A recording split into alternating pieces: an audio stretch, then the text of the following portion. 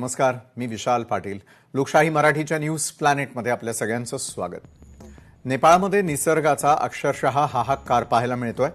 जलप्रलयाच्या या तडाख्यानं अनेक भाग उद्ध्वस्त झालेले आहेत. शेकडो जणांचा मृत्यू झालाय, हजारो जण अजूनही बेपत्ता आहेत आणि अजूनही अनेक नागरिकांचा शोध सुरूच आहे. नेपाळ तिबेट सीमेवरती आलेल्या महापुरानं रस्ते, पूल, गावं आणि संपर्क यंत्रणा अक्षरशः वाहून गेलेली आहे. दुर्गम डोंगराळ भागामध्ये सुरू असलेल्या बचाव कार्यापुढे मोठं आव्हान उभं राहिलंय. पण या संकटाची चिंता भारतासाठी आणि महाराष्ट्रासाठी देखील मोठी आहे. नेपाळमध्ये पर्यटनासाठी गेलेले महाराष्ट्रातील शेकडो पर्यटक पुरामध्ये अडकले आहेत. काही जणांशी संपर्क झाला असला तरी अनेकांचा अद्याप ठाव ठिकाणा लागलेला नाहीये. त्यातच धोका अजून पूर्णपणे टळलेला नाहीये. मुख्य कारण म्हणजे पुराच्या वरच्या भागामध्ये तयार झालेली 2 बॅरियर आणि लँडस्लाइड लेक्स. त्यापैकी एका तलावातून पाणी ओसंडून वाहू लागलेलं असून दुसरा मोठा तलाव अजूनही वाढत असल्यानं प्रशासनाची चिंता कायम आहे. निसर्गाचं हे रौद्र रूप पाहून ते दिसण्यामागे नेमकी काय कारण आहेत, हे असे वातावरणीय आणि भौगोलिक बदल का घडताना दिसत आहेत याचा आढावा घेऊयात आजच्या न्यूज प्लॅनेटमध्ये.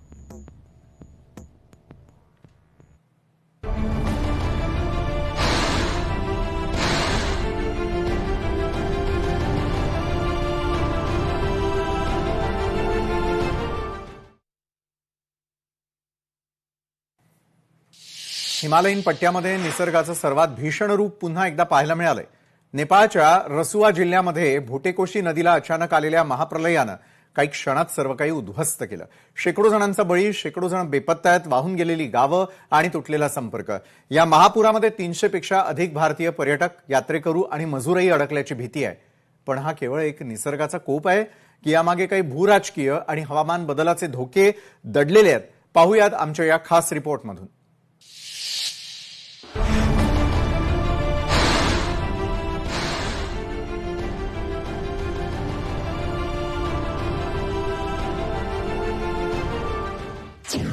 हिमालयाचा पुन्हा इशारा, मोठ्या आपत्तीची नांदी ठरण्याचा धोका. हिमालयातील वस्तुनिष्ठ त्रुटींकडे दुर्लक्ष होत आहे. डोंगर कपारींमध्ये वसलेली शांत आणि सुंदर गावं, एका रात्रीत या गावांचं अस्तित्वच मिटून गेलं. तिबेटमधून उगम पावणारी भोटेकोशी नदी अचानक उफाळून आली आणि समोर येईल ते सर्व वाहून घेऊन गेली. रस्ते, पूल, जलविद्युत प्रकल्प आणि सर्वात महत्वाचं म्हणजे शेकडो माणसांचे संसार या पुराच्या लोटात गडप झाले. नेपाळच्या रसुआ जिल्ह्यात बुधवारी सकाळी भोटेकोशी नदीला अकस्मात झालेल्या भीषण महापुरानं पुन्हा एकदा हिमालयीन पट्ट्यांच्या ठिसूळ वास्तवाकडे लक्ष वेधलं. शेकडो बळी, शेकडो बेपत्ता, वाहून गेलेली गावं, रस्ते, पूल, जलविद्युत प्रकल्प, हे चित्र भयंकर आहे. शेकडो पर्यटक, यात्रेकरू, मजूरही बेपत्ता आहेत. या महाप्रलयात काही क्षणात उद्ध्वस्त झालेले प्रत्येक घर, वाहून गेलेला प्रत्येक जीव, आप्त स्वकीयांच्या प्रतीक्षेत असलेले कुटुंबीय, हे सारं या आपत्तीचं काळजाला चरे पाडणारं रूप आहे. डोंगर कपारींमध्ये वसलेली ती गावं रोजीरोटीसाठी नदीवर, शेतीवर आणि पर्यटनावर अवलंबून होती. एका रात्रीत त्यांचं जगणंच उन्मळून पडलं. त्या भागात असलेले पर्यटक, यात्रेकरू आणि मजुरांचे संपर्कहीन होणं, त्यांच्या कुटुंबियांची होणारी तडफड, हे केवळ बातम्यांचे विषय नसून जिवंत माणसांचे भोग आहेत, हे विसरून चालणार नाही. या दुर्घटनेकडे केवळ एक नैसर्गिक आपत्ती म्हणून पाहणं अपुरं ठरेल. तिबेटमधून उगम पावणाऱ्या नद्या, चीनच्या सीमापार जलधोरणाबद्दलच्या चिंता आणि उत्तराखंड सारख्या भारतीय सीमावर्ती भागात अलीकडेच घडलेल्या तत्सम घटना, हे सारे धागे एकत्र गुंफून पाहिले तरच या घटनेचं खरं स्वरूप समजू शकतं.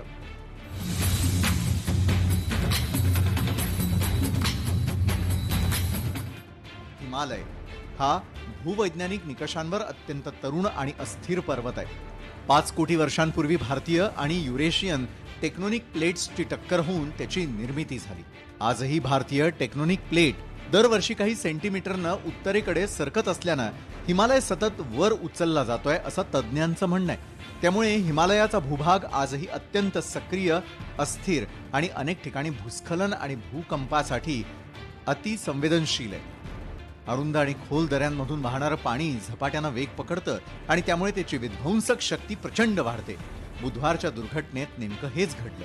भूस्खलन हा त्या भागात अपवाद नाही, हे लक्षात घेतलं पाहिजे. आणि त्यातच वाढत्या जागतिक तापमानामुळे हिमनद्या वेगानं वितळत असल्यानं संपूर्ण हिमालयीन पट्ट्यात सतत हिमसरोवरं तयार होत आहेत. त्यातील अनेक अस्थिर आहेत आणि कोणत्याही क्षणी फुटू शकतात. नेपाळमधील पुराचं एक संभाव्य कारण म्हणून तज्ज्ञांनी त्याकडेच निर्देश केलेले आहेत. सोबतच मान्सूनचा लहरीपणा आणि ढगफुटी हे घटकही कारणीभूत आहेतच. थोडक्यात नेपाळमधील महाप्रलय हा संपूर्ण हिमालयीन पट्ट्याला भेडसावणाऱ्या भूशास्त्रीय पर्यावरणीय संकटाचं ठळक उदाहरण आहे आणि ते कोणत्याही सीमारेषेमध्ये बंदिस्त नाही. या नैसर्गिक ठिसूळतेला जोड मिळते ती त्या संपूर्ण पट्ट्यात भारत, चीन, नेपाळ, भूतान या सर्वच देशांकडून मोठ्या प्रमाणात सुरू असलेल्या पायाभूत सुविधा प्रकल्पांची. रस्ते, बोगदे, जलविद्युत प्रकल्प आणि पूल अस्थिर उतारांवरती उभारले जात असल्यानं नैसर्गिक निचरा व्यवस्थेत बदल होतो आणि आपत्तीची तीव्रता वाढते.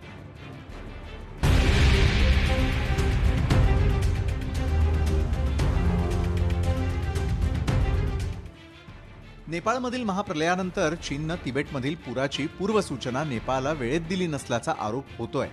वेळेमध्ये इशारा मिळाला असता तर काही प्रमाणात जीवितहानी टाळता आली असती असा दावा केला जातोय. चीननं अर्थातच त्याचा इन्कार केलेला असून या देशानं जाणीवपूर्वक माहिती दडवल्याचा किंवा उशिरा दिल्याचा ठोस पुरावा अद्याप तरी समोर आलेला नाही. त्यामुळे सध्या तरी या आरोपाकडे सीमापार नदी माहिती सामायिकरण यंत्रणेतील संरचनात्मक त्रुटी म्हणूनच बघायला हवं. जाणीवपूर्वक कट किंवा पाण्याचा शस्त्र म्हणून वापर करण्याचा अभ्यास असे निष्कर्ष काढण्या इतपत पुरावा सध्या तरी उपलब्ध नाही. त्याचवेळी तिबेटमधून उगम पावणाऱ्या नद्यांवरील चीनच्या नियंत्रणाबाबतची व्यापक चिंताही निराधार नाही. तिबेटमधील यार्लुंग त्सांगपो म्हणजेच ब्रह्मपुत्रा नदीवर चीन जगातील सर्वात मोठा जलविद्युत प्रकल्प उभारतोय. ब्रह्मपुत्रेच्या पाण्याच्या वाटपाबाबत भारत चीनमध्ये बंधनकारक जलवाटप करार नसताना सुरू असलेला हा प्रकल्प भारत आणि बांगलादेशसाठी दीर्घकालीन जलसुरक्षेचा प्रश्न उपस्थित करणार आहे.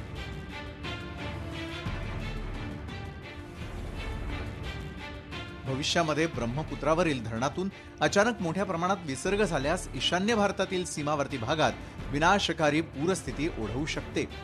तर पाण्याचा प्रवाह रोखल्यास अरुणाचल आणि आसाममधील लाखो शेतकऱ्यांच्या उपजीविकेवर आणि नदीकाठच्या आदिवासी समुदायांच्या अस्तित्वावर थेट परिणाम होऊ शकतो. शिवाय तो भूभाग भूकंप प्रवणही आहे. पहलगाम दहशतवादी हल्ल्यानंतर भारतानं पाकिस्तानसोबतचा सिंधू जलवाटप करार स्थगित केलाय. पाकिस्तान सीमापार दहशतवादाला पूर्णपणे आणि विश्वासार्हपणे लगाम घालत नाही तोपर्यंत तो स्थगितच राहील अशी ठाम भूमिका भारतानं घेतली आहे.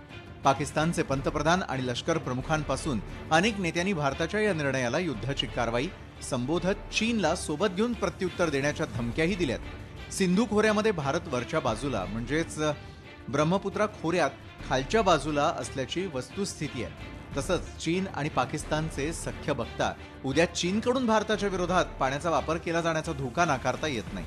या साऱ्या मुद्द्यांची एकत्र गुंफण केल्यास एक स्पष्ट निष्कर्ष समोर येतो. हिमालयाचं तरुण वय, बव्हंशी अस्थिर भूरचना आणि वाढते हवामान बदल हे त्या भागातील आपत्तीचं मूळ कारण आहे.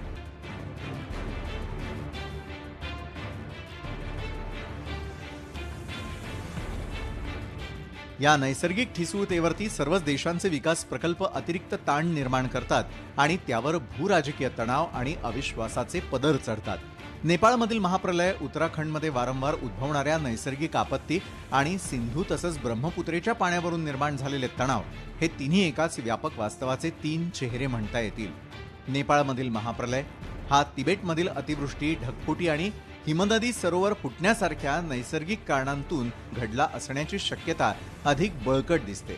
परंतु सीमापार नदी माहिती सामायिकीकरणातील त्रुटी, पारदर्शकतेचा अभाव आणि आंतरराष्ट्रीय जलकरारांच्या चौकटीची उणीव या वस्तुनिष्ठ त्रुटींकडे दुर्लक्ष करणंही चुकीचं ठरेल. आरोप प्रत्यारोपांच्या पलीकडे जाऊन हिमालयीन राष्ट्रांनी एकत्रितपणे पूर्वसूचना यंत्रणा, आपत्ती सज्जता आणि पायाभूत सुविधांच्या लवचिकतेवरती गांभीर्यानं काम करण्याची गरज आहे. हा डोंगर माथ्यावरील सामान्य माणसाच्या जगण्या मरण्याचा प्रश्न असल्याचं भान बाळगूनच पुढील वाटचाल व्हायला हवी. अन्यथा हिमालयानं दिलेला ताजा इशारा उद्याच्या मोठ्या आपत्तीची नांदी ठरण्याचा धोका कायम आहे. ब्युरो रिपोर्ट, लोकशाही मराठी, मुंबई.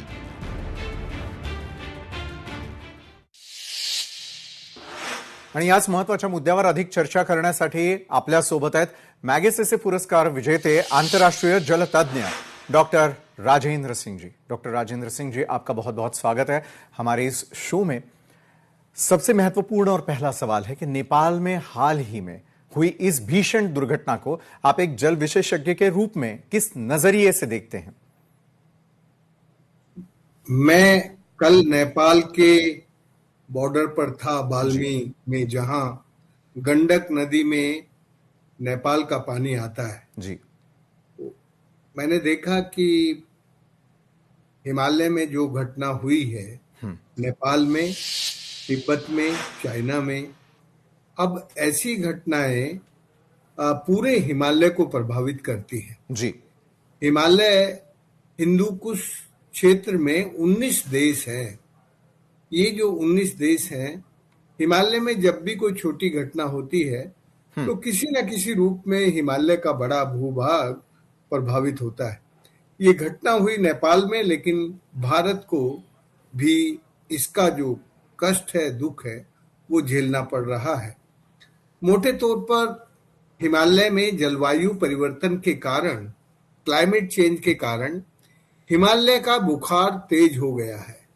हिमालय को बुखार आ रहा है माइनिंग के कारण, डिफॉरेस्टेशन के कारण, इरोजन के कारण। जो सूरज की गर्मी है वो हिमालय को गर्म कर रही है और उसमें ग्लेशियर का टूटना, ग्लेशियर का पिघलना, ये सब घटनाएं हैं और फिर भूकंप जैसी घटनाओं का दौर बढ़ना। तो कल की, परसों की जो घटना है वो एक तरह से ग्लेशियर के टूटने से ज्यादा आक्रामक हुई है।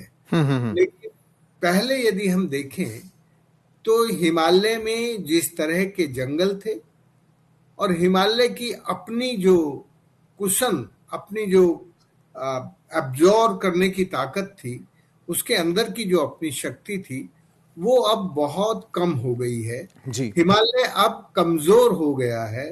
हिमालय हमारे दबाव में आकर हिल रहा है, कांप रहा है और उसकी कंपन के परिणाम ये कल और परसों जैसी घटनाएं अब हर जगह होती है। उत्तराखंड में, हिमाचल में, नॉर्थ ईस्ट में, तिब्बत में, सब जगह है। ये पूरे का पूरा हिंदूकुश कजाकिस्तान तक फैला हुआ, लंबा, इसकी पूरी आबादी करीब 200 करोड़ के आसपास है और इसकी आबादी जितनी तेजी से बढ़ी, हिमालय में पहला ऐसा औद्योगिकरण नहीं था जैसा अब। ये आर्टिफिशियल इंटेलिजेंस ने हिमालय की इकोलॉजी, हिमालय की कल्चर और नेचर को नजरअंदाज किया है जी। और उसी के परिणाम स्वरूप हिमालय में चाइना ने सबसे ज्यादा औद्योगिकरण किया। तिब्बत में बड़े बड़े बांध बना दिए ब्रह्मपुत्र के उद्गम पर और सब जगह भारत ने भी बांध बनाए हैं जी जी। में, जबकि हिमालय बांधों के लिए नहीं है। हिमालय का तो बांध जंगल होता है जी। हिमालय के बांध तो स्प्रिंग्स, झरने होते हैं जो सदैव बहते रहते हैं, सदैव पानी देते रहते हैं। लेकिन ये जो व्यक्ति है, इस व्यक्ति की बुद्धि जब नेचर और कल्चर के अपोजिट जाकर काम करती है, तब उसके दुष्परिणाम, जैसा आज हम देख रहे हैं नेपाल में, ऐसी घटनाओं का दौर बढ़ता है। और इन घटनाओं को बढ़ाने में सबसे ज्यादा हमने अनाज के उत्पादन और बिजली के उत्पादन के नाम पर जो बांध बनाए हैं, वो बांध भूकंप से प्रभावित होते हैं जी। वो बांध ग्लेशियर के टूटने से प्रभावित होते हैं, वो बांध इरेटिक रेन से प्रभावित होते हैं। और जब वो बांध टूटते हैं जी जी। तो हिमालय हिल जाता है, हिमालय के लोग डूबकर मरने लगते हैं। आपको मालूम है कई हजार लोग लापता हैं जी हाँ। और कई सौ लोग नेपाल के मर चुके हैं। इसी तरह से तिब्बत में भी लोग मरे हैं हाँ। तो ये जो मरने का और लोगों को बेघर होने का समाचार है, वो भारत में हो या दुनिया के किसी भी देश में हो, जब वो हिमालय से जुड़ा होता है तो हम सबको प्रभावित करता है। इसलिए मैं हिंदूकुश की सारी सरकारों से ये निवेदन करता हूं कि हिमालय की संचेतना और संवेदना दोनों को समझें और हिमालय में ये जो इकोनॉमिक इंफ्रास्ट्रक्चर है जी जी, ग्रीन जॉब के नाम पर, ग्रीन इंफ्रास्ट्रक्चर के नाम पर, ये धोखा है। ये एक तरह से हम जानते हैं कि हम सबके खिलाफ है, इसलिए हम हिमालय की नेचर और कल्चर को रेस्पेक्टफुली समझें और उसको बचाने के लिए हिमालय की नई नीतियां बननी चाहिए। अभी तक हिमालय की जो नीतियां बनी हैं, उन्होंने देशों की सीमाओं पर जो नेशनल बाउंड्रीज हैं और जो नेशनल अपने अपने लोगों के जो आइडियोलॉजिकल वॉल है, तो आइडियोलॉजिकल वॉल और कंट्री वॉल, इन सब के कारण हिमालय को बांट दिया है। मैं इतना ही कहना चाहता हूं विशाल जी कि हमें हिमालय को एक universal agro ecological climatic zone मानकर उसकी जियो कल्चरल डाइवर्सिटी का रेस्पेक्ट करके उसको बचाने का काम करना चाहिए। यदि हम नहीं बचाएंगे उसे तो हिमालय हमें नहीं बचाएगा। जी बिल्कुल, यदि हम हिमालय को बचाएंगे तो हिमालय हमें जरूर बचाएगा। क्या इस तरह की आपदाओं को केवल प्राकृतिक आपदा मानना सही होगा या हमारी विकास नीति और जल प्रबंधन भी इसके लिए जिम्मेदार है? किसे जिम्मेदार ठहराया जाए? देखिए, ऐसी घटनाओं को प्राकृतिक घटना मानना बिल्कुल न्याय संगत नहीं है जी। ये घटनाएं तब से बढ़ी हैं हिमालय में जब से इस मानव ने हिमालय पर आर्टिफिशियल इंडस्ट्री का और आर्टिफिशियल इंफ्रास्ट्रक्चर का बोझ डालना शुरू किया। तो मैं संक्षिप्त में इतना कहूंगा कि ये घटनाएं नेचुरल नहीं हैं, ये मैन मेड हैं, और ये जो मैन मेड घटनाएं हैं, अब इनके दुष्प्रभाव हमें मानसरोवर से लेकर नीचे ऊपर तक सब जगह पर दिखाई देने लगे हैं। हमें ये समझ लेना चाहिए कि वो कश्मीर हो या वो उत्तराखंड हो या हिमाचल हो, भारत को कम से कम अपने हिमालय के बारे में हिमालय की संरक्षण नीति बनाकर हिमालय को संरक्षित और सुरक्षित करना चाहिए। हम हिमालय के बड़े बेटे हैं और बड़े बेटे की ये ज्यादा जिम्मेदारी होती है कि वो हिमालय को ठीक से बचाए। हिमालय के लिए जो हिंदू कुश राष्ट्रों की संस्था है उसका हेडक्वार्टर जरूर काठमांडू में है, लेकिन आप जानते हैं उस ऑर्गेनाइजेशन की शुरुआत भारत ने की थी और भारत हिमालय के प्रति उस जमाने में दुनिया में सबसे ज्यादा संवेदनशील था। लेकिन अब भारत की भी हिमालय के प्रति जो संवेदनशीलता है वो खत्म हो रही है और दूसरे देशों की संवेदनशीलता से भी अब वो उसका मुकाबला करके उनकी नीतियों को भी हिमालय के अनुकूल बनाने में कमजोर पड़ रहा है। एक जमाना था जब भारत हिमालय की नीति के लिए दूसरे देशों पर बहुत भारी होता था और हिमालय को बचाने के लिए भारत ने अपनी वन नीति में 66% मिनिमम फॉरेस्ट एरिया हमारे हिमालय में होगा, इसकी नीति बनाई थी। ऐसी नीति दुनिया के किसी देश ने नहीं बनाई थी, लेकिन भारत ने वो नीति बनाई थी और उसकी पालना की थी। मैं कहता हूं कि यदि हमें हिमालय के संकट को समाधान देखना है तो हिमालय की प्रकृति और संस्कृति इन दोनों को बचाने के लिए हिमालय की एक नई नीति बननी चाहिए और हिमालय में ये जो विकास के नाम पर विनाश हो रहा है, ये जो हिमालय में विकास के नाम पर विस्थापन, बिगाड़ और विनाश का दौर चल रहा है, उसको रोकना चाहिए। यदि वो नहीं रुकेगा तो हम नहीं बचेंगे और हिमालय भी नहीं बचेगा। इसलिए हमें बचना है तो हमें हिमालय को बचाने की नीति बनानी पड़ेगी। जी, अगर हम लोग नेपाल की बात करें, नेपाल जैसे पहाड़ी देश में ग्लेशियर्स हो, नदियां हो और बदलता मौसम, इन तीनों के बीच किस तरीके का रिश्ता है, किस तरीके का संबंध है? क्या जलवायु परिवर्तन के कारण नेपाल और हिमालय क्षेत्र में ऐसी घटनाओं का खतरा आने वाले वर्षों में और बढ़ता हुआ नजर आ सकता है? हिमालय में जो नेपाल वाला हिस्सा है उसमें भी वैसे ही स्टीप स्लोप है और बहुत बड़ा हिमालय का हिस्सा वहां ग्लेशियर से ढका हुआ है। हमने यदि इन्हें नहीं बचाया तो हमारा भविष्य और वर्तमान दोनों संकट में हैं। हमें इस बात की जरूरत है कि हम बचना चाहते हैं तो हिमालय में संरक्षण करने की जरूरत है। हिमालय के जंगलों को, हिमालय की मिट्टी को, हिमालय की हरियाली को सबसे पहली प्राथमिकता देकर यदि हमने नहीं बचाया तो हिमालय में जो इरोजन है, हिमालय में जो कटाव हो रहा है, वो कटाव हिमालय की जो आबादी है उसको विस्थापित करेगा और वो विस्थापित फिर हिमालय से उठकर नीचे आएगी। आज हिमालय की जवानी, हिमालय का पानी और हिमालय की किसानी खत्म हो रही है, अपनी जगह से वो नीचे की तरफ आ रही है। नेपाल के भी ज्यादातर युवा भारत में रोजगार के लिए आते हैं।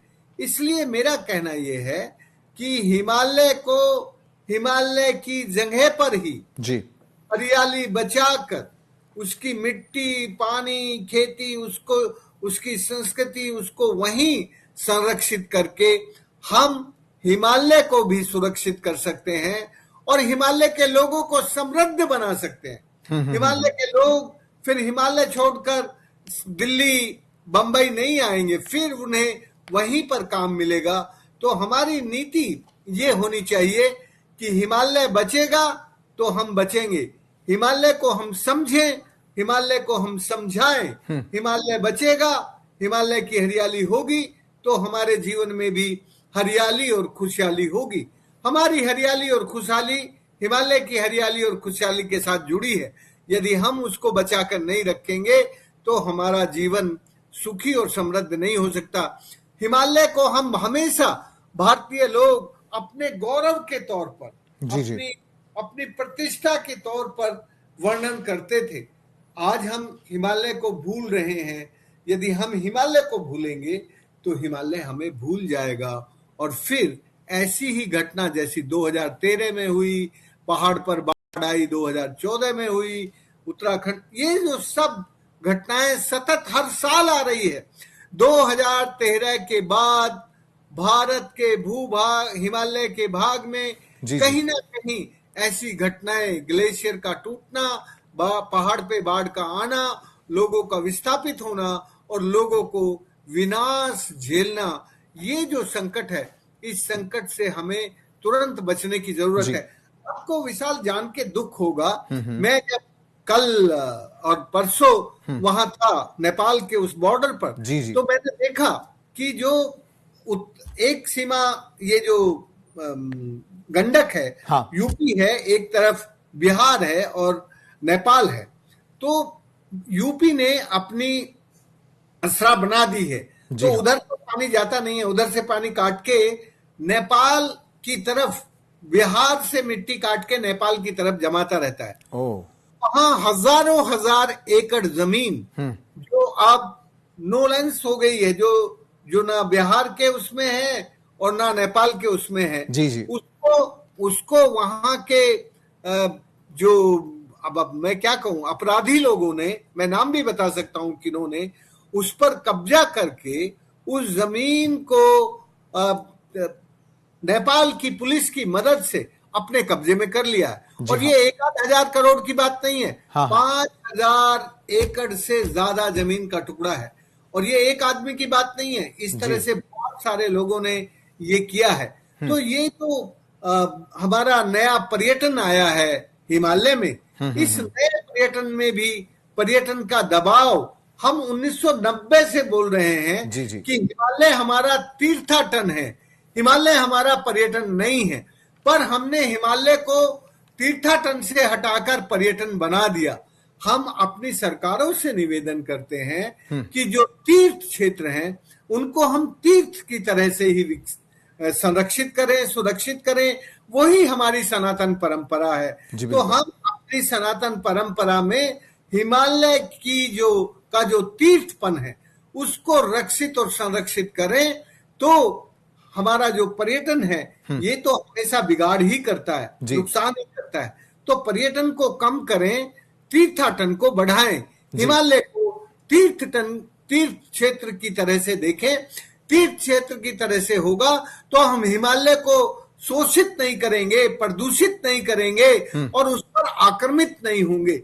अभी तो हम जब टूरिस्ट की तरह जाते हैं तो वहां पर एनक्रोच करते हैं, वहां की प्लास्टिक से और दूसरी चीजों से उसको प्रदूषित करते हैं जी जी। और एक तरह से हिमालय को शोषित करने का नजरिया लेकर जाते हैं और उसी नजरिए के साथ वापस लौटते हैं। इसलिए हमें हिमालय की हरियाली और अपने अपने लोगों की खुशहाली, इन दोनों को जोड़ना पड़ेगा। हरियाली प्रकृति है और खुशहाली संस्कृति है, इसलिए हमें खुशहाली और जो हमारी हरियाली है, इन दोनों के गहरे रिश्ते बनाने की जरूरत है। हम इन दोनों को गहरे रिश्ते बनाएंगे तो हिमालय बचेगा। कल बिहार के सैकड़ों नौजवानों ने हिमालय की हरियाली और खुशहाली बचाने के लिए एक अभियान शुरू किया, एक चेतना अभियान शुरू की गंडक नदी के किनारे। इसलिए हमें हमारे देश के युवाओं को इस हिमालय की आपदा से बचने के लिए संगठित होकर संरक्षित करने के काम में लगना चाहिए। जी बिल्कुल, इसके लिए एक प्रण लेना बहुत जरूरी है। लेकिन नेपाल में बांधों, जल विद्युत परियोजनाओं और नदी घाटियों में बढ़ते निर्माण को आप किस तरीके से देखते हैं? विकास और पर्यावरण के बीच संतुलन कैसे बनाया जा सकता है? क्योंकि क्या है कि भारत और नेपाल को साझा नदियों और जल संसाधनों के प्रबंधन के लिए अपनी रणनीति में कितना बदलाव करना जरूरी है? देखो, भारत और नेपाल के बीच जो एक जमाने में रिश्ते थे वो बहुत अपनेपन और गहरे रिश्ते थे। जी हाँ, ये दोनों अपने को भाई मानते थे, छोटा बड़ा। अभी ये रिश्ते हमारे बदल रहे हैं। इन रिश्तों में जो भी बड़े बांध का, बिजली का हमारी जो एग्रीमेंट है और जो पानी के बंटवारे के एग्रीमेंट है, उनमें भी उतनी समझदारी दोनों के बीच नहीं दिख रही है। दोनों अपनी अपनी चीजों पर अड़े हुए हैं। मुझे लगता है कि हमें हिमालय में बड़े बांध नहीं बनाने चाहिए। हमने हिमालय में नेपाल को बड़े बांध बनाने में और बड़े रोड निकालने में बहुत मदद की है। जी जी जी। शायद उस जमाने में हमारे मन में किसी दूसरे देश के प्रभाव को रोकने का मंतव्य रहा होगा, लेकिन नेपाल में यदि आज भी हम देखें तो जिस तरह की विकास की योजनाएं काम कर रही हैं वो हमारे भविष्य के लिए सुरक्षित नहीं है, शुभ नहीं है। थोड़ी बहुत लाभकारी हो सकती है, मैं ये नहीं कह रहा कि उनका लाभ नहीं है, थोड़ी बहुत लाभकारी हो सकती है पर शुभ नहीं है जी। और जो काम शुभ नहीं होता वो सनातन नहीं होता। जी बिल्कुल। इसलिए हमें हिमालय को सुरक्षित करना है तो हिमालय के लोगों के लिए क्या शुभ है, क्या सबके लिए अच्छा है, वो देखें। हम ये ना देखें कि एक व्यक्ति को हम कितनी जमीन दे दें हिमालय की, पूरा हिमालय दे दें, किसी को सौर ऊर्जा के नाम पर दे दें, किसी को हाइड्रो पावर के नाम पे दे दें। ये जब से हिमालय को व्यक्तियों को सौंपने का दौर शुरू हुआ है, जी हाँ, तब से हिमालय में विनाश की लीला तेज हुई है। अब हिमालय के बड़े बड़े भूभाग एक एक व्यक्ति को, एक व्यक्ति को 48,000 एकड़ जमीन सौर ऊर्जा के लिए दी गई। जी हाँ, लद्दाख में। ये जो इस तरह का दौर है, ये दौर हिमालय के क्रोध को बढ़ाने वाला है, हिमालय की गुस्से को बढ़ाने वाला है। और हिमालय का क्रोध हमसे सहन नहीं होगा। हमारे अंदर की शक्ति नहीं है कि हम हिमालय के क्रोध को झेल लें। इसलिए हम हिमालय को अपने प्यार से सींचना शुरू करें और हिमालय के साथ हमारा पर्यटन नहीं, तीर्थाटन बढ़े। जी, हम हिमालय को तीर्थ की तरह देखें और हिमालय हमारे लिए शुभ बने, ऐसी नीति, ऐसी रीति, ऐसे कानून कायदे हमें बनाने चाहिए। जी बिल्कुल। और तो नेपाल को इस बात के लिए समझाया जा सकता है। अभी नेपाल हमसे बाहर नहीं है, फिर भी बाहर नहीं है, अभी भी संभावनाएं बहुत हैं। We have some seed of hope with Nepal. बहुत सारी आशा की किरणें हैं, उसके साथ हम अच्छे से रास्ते बना सकते हैं। लेकिन हमें अपने आप को भी ठीक करना होगा और फिर नेपाल को ठीक करेंगे तो ये गाड़ी आगे बढ़ेगी। अभी तो हम ही अपने आप को ठीक नहीं कर रहे हैं, हाइड्रो पावर प्लांट के नाम पर और वहां क्या क्या हम सब कर रहे हैं, उस सब को ठीक से हिमालय के लिए उचित और अनुचित क्या है ये समझकर हमारी विकास की नीति और हिमालय की नीति का समन्वय होना चाहिए। जी बिल्कुल। क्या ऐसी आपदाओं की पहले से चेतावनी देने के लिए हमारे पास पर्याप्त वैज्ञानिक और तकनीकी व्यवस्थाएं हैं? अगर नहीं तो सबसे बड़ी कमी कहां पे है?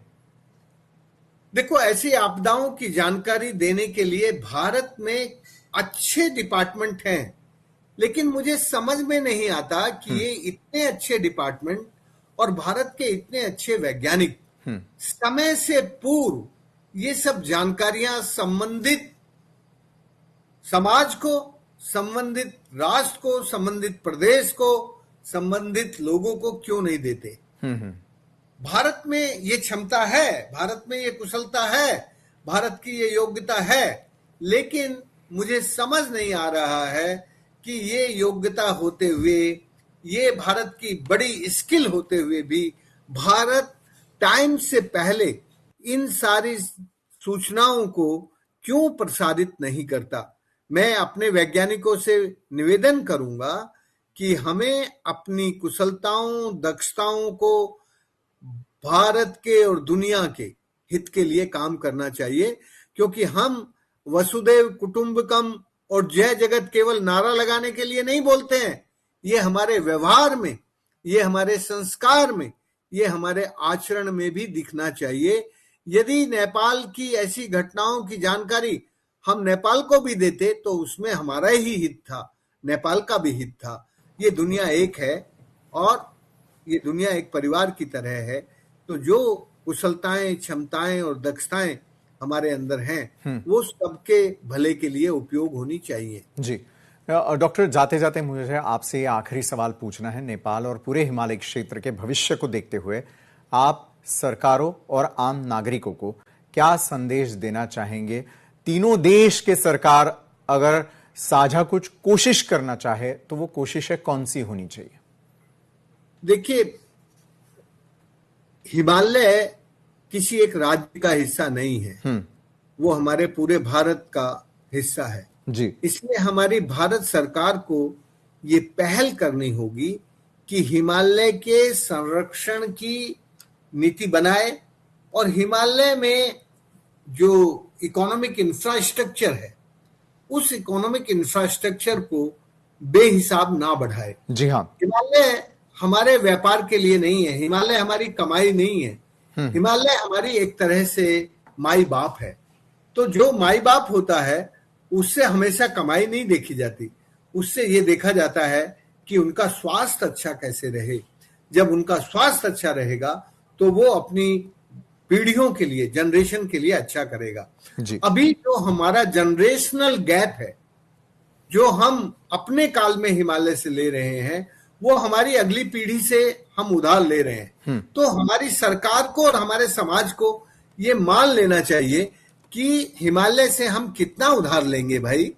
अब हिमालय में उधार देने की क्षमता नहीं रही है, अब हिमालय को हमने लील लिया है, इसलिए हिमालय से अब हम उधार ना लें, उससे हम कमाई की आशा ना करें। जिसे हम बाप और माई कहते हैं उससे कमाई नहीं करते।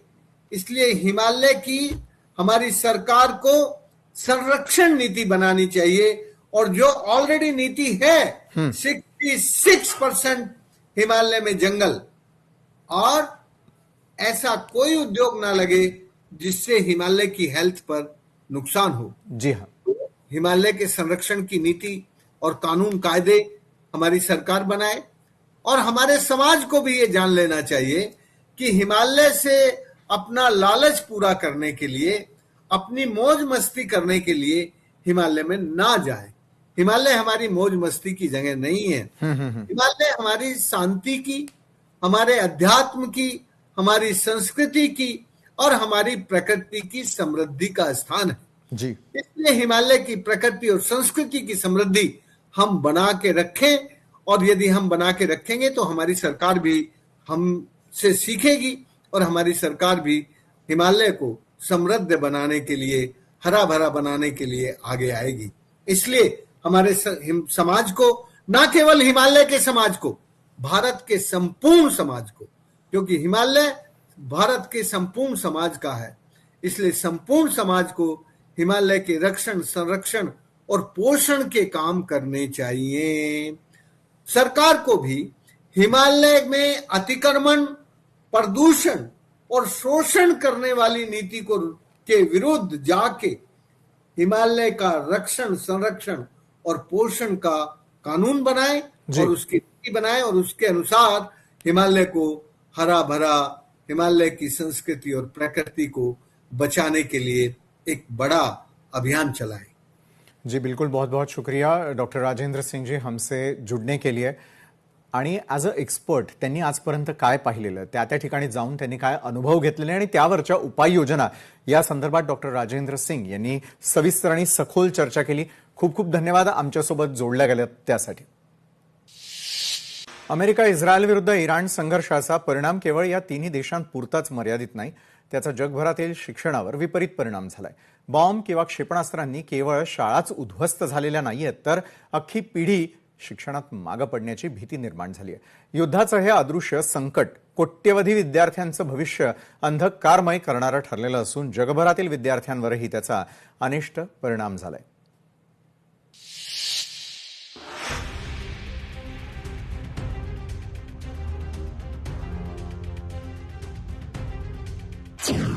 युद्धाच्या संकटाने शिक्षणाची अदृश्य कोंडी, अमेरिका इस्रायल विरुद्ध इराण संघर्षाचा परिणाम, जगभरातील शिक्षणावर विपरीत परिणाम। कोरोना काळात बंद झालेल्या शाळांमुळे जितकं नुकसान झालं, त्यापेक्षा इराण विरुद्ध अमेरिका इस्रायल युद्धाचा शिक्षणावरचा परिणाम अदृश्य आणि अधिक घातक आहे। अमेरिका इस्रायल आणि इराण युद्धाचे दोन चेहरे आहेत, थेट विध्वंस आणि अप्रत्यक्ष महागाई। अलीकडेच युनिसेफने या संदर्भातील एक अहवाल प्रसिद्ध केलाय। त्यानुसार हे युद्ध असंच सुरू राहिलं तर आफ्रिका आणि आशियातील 2.34 कोटींपेक्षा अधिक मुलं गरिबीत ढकलली जातील। सर्वात जास्त परिणाम मुलींवर होईल, कारण गरिबी आली की कुटुंबे आधी मुलींना शाळेतून काढतात, त्यामुळे शाळा सुटण्याचं आणि नंतर त्या मुलींच्या बालविवाहाचं प्रमाण वाढण्याचा धोका ब्रिटनमधील सेव्ह द चिल्ड्रन संस्थेने वर्तवलाय। युद्धामुळे उच्च शिक्षणावर गंभीर परिणाम होत असून त्यामुळे कॅम्पस बंद करणे, ऑनलाईन शिक्षणाचा सक्तीचा वापर आणि आंतरराष्ट्रीय विद्यार्थ्यांच्या प्रवेश प्रक्रियेत बदल झाले आहेत, असं तज्ज्ञांनी सांगितलंय। परिस्थिती जसजशी पुढे जाईल तसतसं संस्थांना वाढत्या परिचालन खर्चामुळे आर्थिक अडचणींचा सामना करावा लागू शकतो, त्याचा भार विद्यार्थ्यांच्या शिक्षणावर येण्याची शक्यता आहे। अमेरिका इस्रायलच्या हल्ल्यात इराणमधील किमान 25 ते 30 विद्यापीठे आणि उच्च शिक्षण संस्थांना लक्ष्य करण्यात आल्याचं इराणच्या विज्ञान मंत्रालयानं जाहीर केलंय। परिणामी विद्यार्थ्यांना वर्गांऐवजी बंकर्समध्ये राहावं लागतंय। ऑनलाईन शिक्षण ही इंटरनेट बंदमुळे ठप्प होतं। विद्यार्थ्यांचं शैक्षणिक नुकसान टाळण्यासाठी सध्या इराण टीव्ही स्कूल आणि तेथील शासनाच्या विशेष डिजिटल प्लॅटफॉर्मद्वारे ऑनलाईन शिक्षण दिलं जातंय। इराण आणि लेबनॉन मधील हेझबोलाकडून होणाऱ्या रॉकेट आणि ड्रोन हल्ल्यांच्या धोक्यामुळे विशेषतः उत्तर इस्रायलमधील शाळा अनेक महिने बंद ठेवण्यात आल्या होत्या। मुलांना वारंवार शाळा सोडून सायरन वाजताच बंकर्सचा आश्रय घ्यावा लागतोय। अनेक ठिकाणी प्रत्यक्ष वर्गांऐवजी झूम वरून ऑनलाईन वर्ग घ्यावे लागतात। सर्वेक्षणानुसार जवळपास 90% इस्रायली पालकांच्या मते या संघर्षामुळे त्यांच्या मुलांच्या शिक्षणाचं अतोनात नुकसान झालंय। तसेच बहुतांश मुलांवर या सततच्या भीतीच्या वातावरणामुळे त्यांच्यावर तीव्र मानसिक आणि सामाजिक परिणाम झालाय। जी परिस्थिती आखाती देशात आहे तीच परिस्थिती अमेरिकेत आहे। युद्धामुळे तिथं महागाईचा उच्चांक आहे, त्या महागाईचा फटका शिक्षणावरही झालाय। परकीय आक्रमणांमुळे इंटरनेट सेवा खंडित होणं, विजेचा तुटवडा आणि आर्थिक मंदीमुळे ऑनलाईन शिक्षण घेणंही कठीण झालंय। मधल्या काळात सर्वच देशात इंधनाचा मोठा तुटवडा सहन करावा लागला, त्याचा प्रत्यक्ष व अप्रत्यक्ष परिणाम शिक्षणावर झालाय. अमेरिका, इस्रायल आणि इराण युद्धाची मोठी झळ बसली. भारत इराणकडून मोठ्या प्रमाणात तेल आयात करतो. तेलाच्या किमती वाढल्यानं या आर्थिक वर्षात महागाईची झळ विद्यार्थ्यांच्या शिक्षणावर बसल्याची नोंद अहवालात आहे. तसेच परदेशी शिक्षण घेणाऱ्यांची मोठी संख्या भारतात आहे. युद्धाच्या स्थितीत जगभरात भीतीचं सावट असल्यानं त्याचा परिणाम भारतीय विद्यार्थ्यांवर झाल्याचं अहवालात म्हटलंय. इराण, इस्रायल आणि अमेरिका यांच्यातील युद्धामुळे जागतिक शिक्षण व्यवस्थेवर झालेल्या आर्थिक आणि भौतिक परिणामांना तोंड देण्यासाठी विविध देशांनी डिजिटल तंत्रज्ञान, आर्थिक मदत आणि शैक्षणिक धोरणांमध्ये बदल यासारखी पावले उचलली आहेत.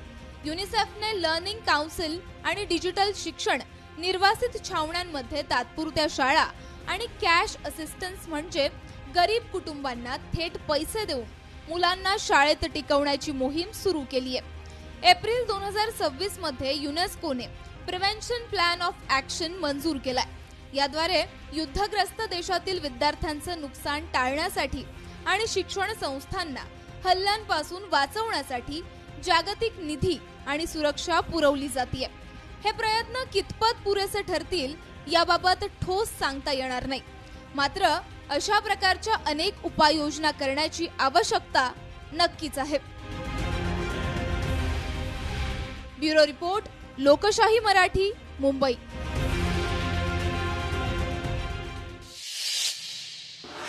लोकसभेच्या निवडणुकीनंतर भाजपनं त्यांच्या विजयाचा आलेख सतत उंचावत ठेवला. निवडणुकीत सलग विजय मिळवूनही भाजपच्या गोटात अस्वस्थता वाढल्याचं सांगितलं जातं. दिल्लीमधील बैठकीमध्ये पंतप्रधान मोदी आणि भाजपचे राष्ट्रीय अध्यक्ष नितीन नबीन पक्षाच्या पदाधिकाऱ्यांना कानपिचक्या देताना दिसून आले.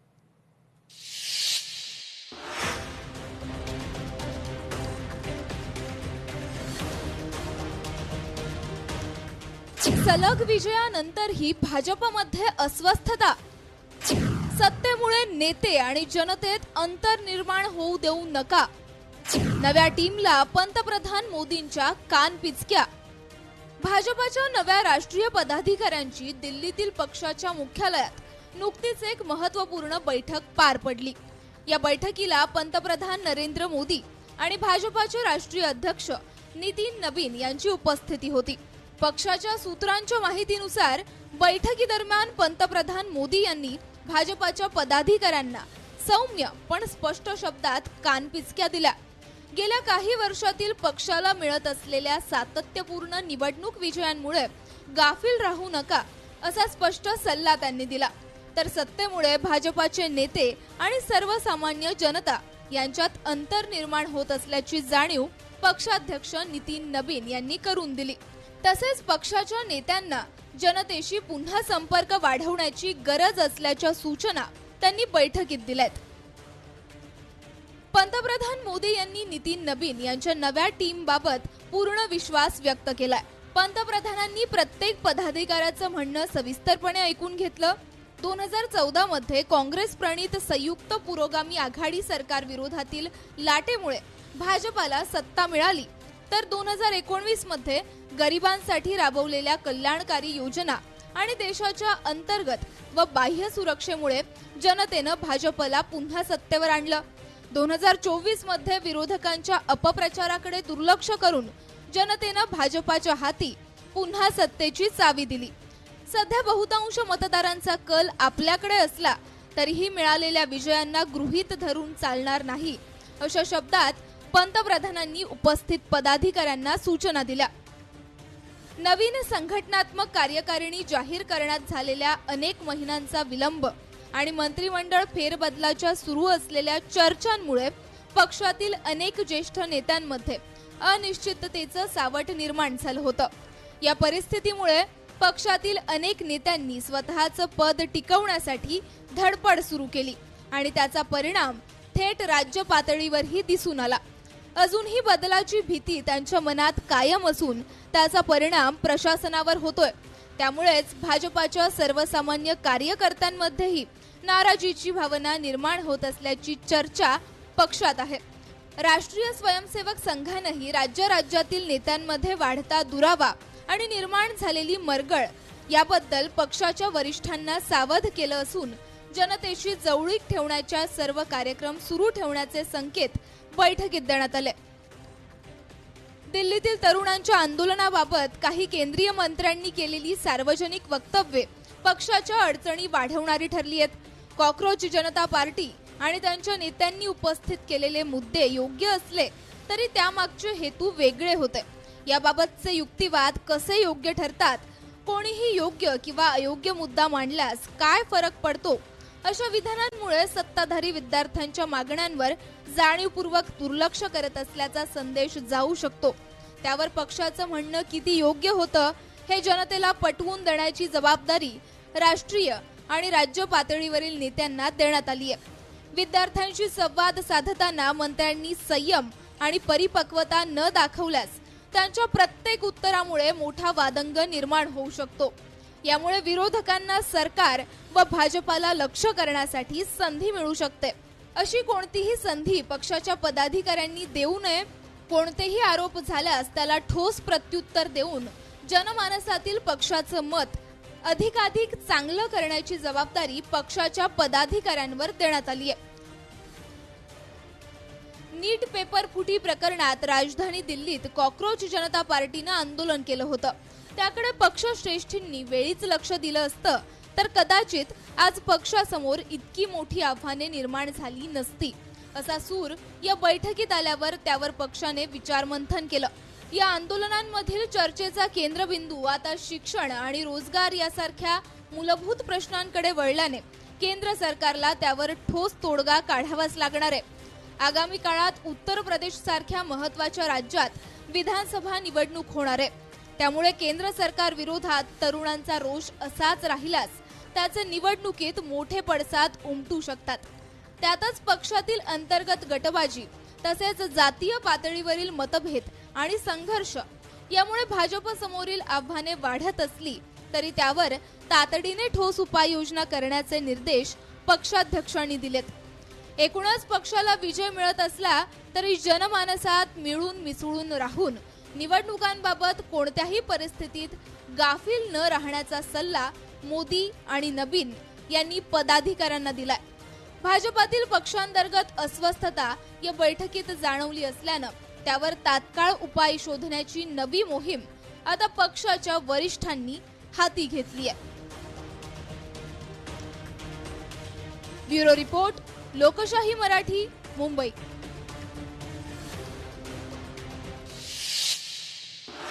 तर आजच्या न्यूज प्लॅनेटमध्ये आता वेळ झालेली आहे इथंच थांबण्याची. ताज्या घडामोडींसाठी पाहायला विसरू नका लोकशाही मराठी.